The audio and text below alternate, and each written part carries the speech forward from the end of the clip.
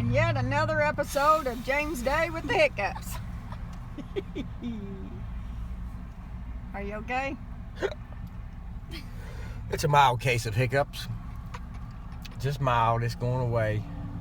It ain't like the last one. I'm actually trying to quit smoking, and I'm taking these nicotine lodgers things, and they make me hiccup. I have to really focus not to. I'm doing better. I don't think it's going to happen.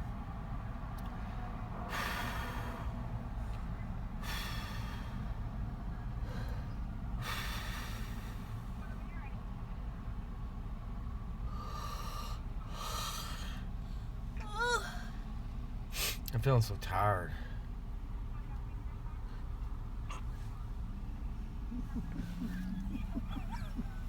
Stop filming me.